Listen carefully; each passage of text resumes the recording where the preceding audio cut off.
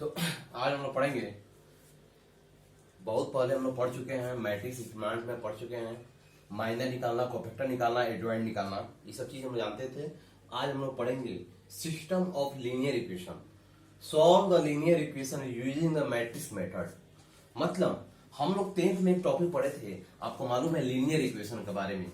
Linear equation था 2x plus 4y equal to 5 और 3x plus 2y equal to -10 हो गया। इस लीनियर इक्वेशन को हम लोग 10th में सॉल्व करते थे। 3 मेथड था, elimination method, cross multiplication method और सब्स्टिट्यूशन मेथड। इस 3 मेथड से हम उसको सॉल्व करने के बाद हम लोग x एंड y का वैल्यू निकालते थे।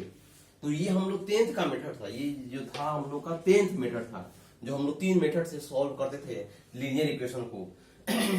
एलिमिनेशन मेथड, सब्स्टिट्यूशन मेथड और क्रॉस मल्टीप्लिकेशन मेथड। लेकिन आज हम लोग यहाँ पढ़ना है कि solve the linear equation, same equation होगा, उसको सॉल्व करना है हमको मैट्रिक्स मेथड की सहायता से। तो हम लोग इसका थ्योरी समझेंगे कि किसी भी लीनियर इक्वेशन को सॉल्व करने के लिए इसको मैट्रिक्स मेथड से कैसे सॉल्व करेंगे और इसको सॉल्व करने का प्रयास करते हैं। मैट्रिक्स मेथड से सॉल्व करना है, सेम क्वेश्चन है, आपको बस इस पर लिखा रहा एग्जाम में कि solve the linear equation using the matrix method या system of linear equation. Linear equation को सॉल्व करना है मैट्रिक्स की सहायता से। थ्योरी समझेंगे इसका। If a1x plus b1y plus c1z equal to d1, a2x plus b2y plus c2z equal to d2, a3x plus b3y plus c3z equal to d3। ये theory हम दे रहे हैं, थ्योरी को ध्यान समझेंगे। थ्योरी जब तक समझ में नहीं आएगा इसका क्वेश्चन नहीं बनेगा। ये एकदम लॉन्ग क्वेश्चन है, ये दूसरा लॉन्ग क्वेश्चन आपको इससे कवर हो जाएगा। तो ये एक आपको पढ़ा चुके हैं, एडजॉइंट पढ़ा चुके हैं, उसी की सहायता से बनेगा। तो ये एक इक्वेशन हो गया, 3 इक्वेशन हो गया, इक्वेशन फर्स्ट, इक्वेशन सेकेंड और इक्वेशन थर्ड। अब इसी को सॉल्व करके हमको निकालना है find x, y, and z। इस x, y, z का वैल्यू हमको निकालना है लीनियर इक्वेशन की सहायता से सॉल्व करके। तो लीनियर इक्वेशन 2 टाइप हो सकते हैं, 2 वेरिएबल और 3 variable. 3 variable x, y, z, 3 variable linear equation सिखा रहे हैं। जब 3 वेरिएबल सीख जाइएगा तो 2 वेरिएबल अपने आप बन जाएगा, इसीलिए हम 3 वेरिएबल सिखा रहे हैं। तो 3 वेरिएबल लीनियर इक्वेशन के लिए हमको इक्वेशन दिया रहेगा, 3 इक्वेशन है, अननोन 3 है, x, y, z, तो इक्वेशन भी 3 को रहेगा। x, y निकालना होगा तो 2 ही इक्वेशन देगा, केवल जितना मान निकालना होगा उतना इक्वेशन। तो इक्वेशन निकालने में हमसे 2 चाहिए, x और y, तो ये हमेशा आपको 2 ही इक्वेशन मिलने रहेगा, ये z का टर्म नहीं रहेगा। 3 इक्वेशन निकालना है तो x, y, z, इसलिए 3 को वेरिएबल है, इसलिए इक्वेशन की संख्या कितना हो गया, 3 हो गया। अब इसको बनाने का तरीका देखेंगे, मेथड।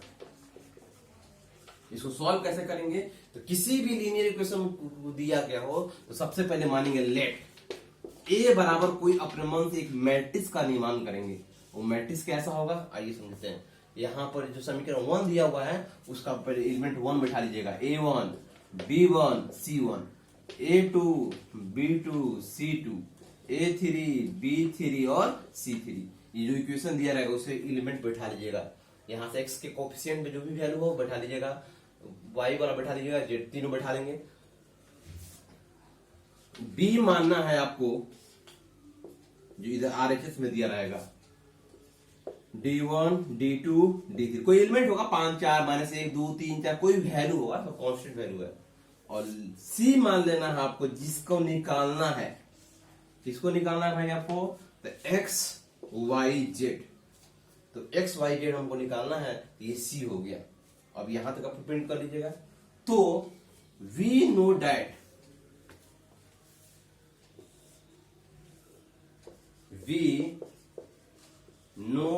हम जानते हैं, अगर हम AC को गुना करा दें आपस में तो वो B के बराबर हो जाएगा।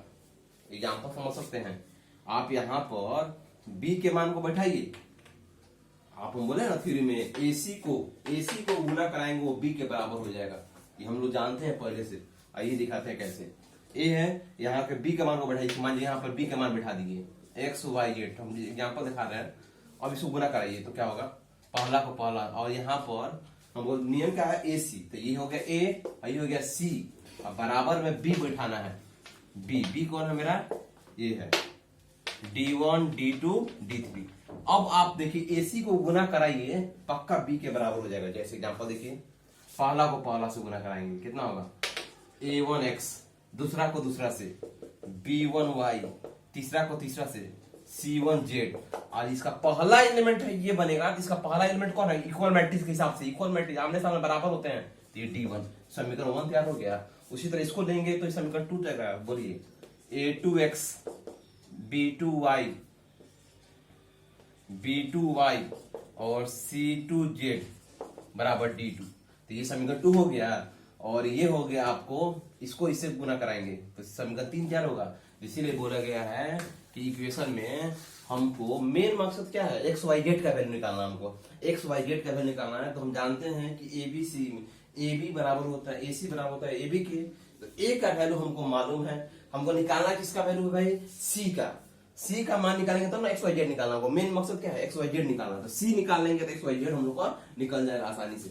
C निकालने के लिए क्या करेंगे, C बराबर A अगर उधर जाएगा, यहाँ पर 1 छिपा है, बराबर कुछ पड़ जाएगा तो A इनवर्स हो जाएगा और इंटू क्या हो जाएगा B। तो यहां से आप C निकालने के लिए इस फॉर्मूला का प्रयोग करेंगे। ये मेन फॉर्मूला हो गया इक्वेशन 4। ये फॉर्मूला हो गया आपको, ये फॉर्मूला आपको हमेशा याद रखना है। इस चैप्टर में बस यही एक फॉर्मूला है, C बराबर A इनवर्स इंटू B। और तो पहला स्टेप क्या करेंगे, सबसे पहले निकालेंगे, हम जानते हैं वर्क फॉर डिटरमिनेंट निकालिएगा A का, इसका जो पढ़ने वाला है इसमें इनवर्स निकालने से है। दूसरा वर्क फॉर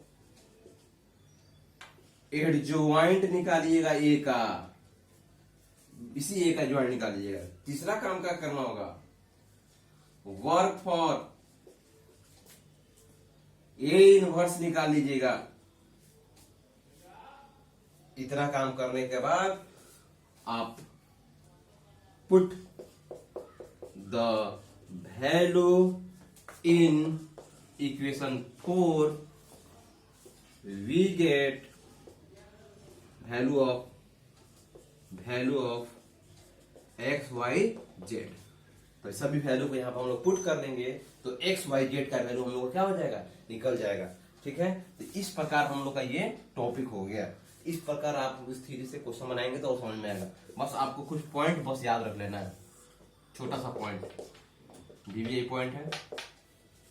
किसी का अगर डिटरमिनेंट निकालेंगे इस टॉपिक के द्वारा, इक्वेशन का जो इक्वेशन से A प्राप्त होगा, इक्वेशन से A जो प्राप्त होगा, इक्वेशन से जो ये A प्राप्त होगा, उसका उससे इस इक्वेशन से A प्राप्त होगा। और उस A का अगर आप डिटरमिनेंट निकालिएगा, अगर नॉट इक्वल टू 0 आ जाए, मतलब इसको डिटरमिनेंट निकालना सिखाया था ना, किसी एक रो या कॉलम को चुनकर एक लाइन को चुनते थे, सॉल्व करते थे। तो डिटरमिनेंट निकालने के बाद अगर 0 के बराबर नहीं आया तो समझिएगा दिस इक्वेशन इज कंसिस्टेंट। अब इस इक्वेशन को हम लोग क्या कहेंगे, कंसिस्टेंट है, संगत है। इसको हिंदी में हम लोग क्या बोलते हैं, संगत। अगर उसका डिटरमिनेंट निकालने के बाद 0 के बराबर आ जाए तो दिस इक्वेशन इज इनकंसिस्टेंट। तब वो इक्वेशन क्या कहलाएगा, इनकंसिस्टेंट। तो ये हम लोग का इस चैप्टर का थ्योरी हो गया। ये दो गो टॉपिक याद रखना है कि अगर डिटरमिनेंट निकालने पर इस इक्वेशन के द्वारा A प्राप्त होगा, A का डिटरमिनेंट निकालेंगे। ये कब काम करना पड़ेगा, जब कहेगा एग्जाम में कि चेक करे की जांच करे की check this equation is consistent inconsistent. ये हमको जांच करने के लिए कहेगा कि इक्वेशन कंसिस्टेंट है आखिर इनकंसिस्टेंट है। तो इसको सॉल्व करने के लिए हम लोग क्या करेंगे, इस पर डिटरमिनेंट पर निकालेंगे। अगर वैल्यू 0 नहीं हुआ तो ये कंसिस्टेंट होगा, अगर 0 हो गया तो इनकंसिस्टेंट हो गया। तो ये इक्वेशन में जब जांच करने के लिए, चेक करने के लिए एनसीईआरटी का शुरुआत का 6 क्वेश्चन इसी पर है, 7 क्वेश्चन 4.6 का 6 क्वेश्चन एनसीईआरटी का इसी पर है, इसी टॉपिक को इक्वेशन दिया है, केवल जांच करना है। एग्जाम्पल दिखाते हैं, एग्जाम्पल जांच करना है कि है कि नहीं। 6 के बाद नीचे जो क्वेश्चन है 8 से शायद है, 8 से जितना भी दिया हुआ है वो उस पर आपको इक्वेशन निकालना है। एक्स वाई जेड का क्वेश्चन है, ये लॉन्ग क्वेश्चन, अगला लॉन्ग क्वेश्चन इससे पकड़ में आ जाएगा। ये 2 लोग आपको कंफर्म हो जाएगा डिटरमिनेंट से। ठीक है, तो इस प्रकार आपको कंसिस्टेंट हो गया, ये इनकंसिस्टेंट हम लोग को जांच करना है। इस थ्योरी को प्रिंट आउट करेंगे और उसको समझने का प्रयास करेंगे और उसके बाद हम क्वेश्चन यहाँ पर दिखाते हैं।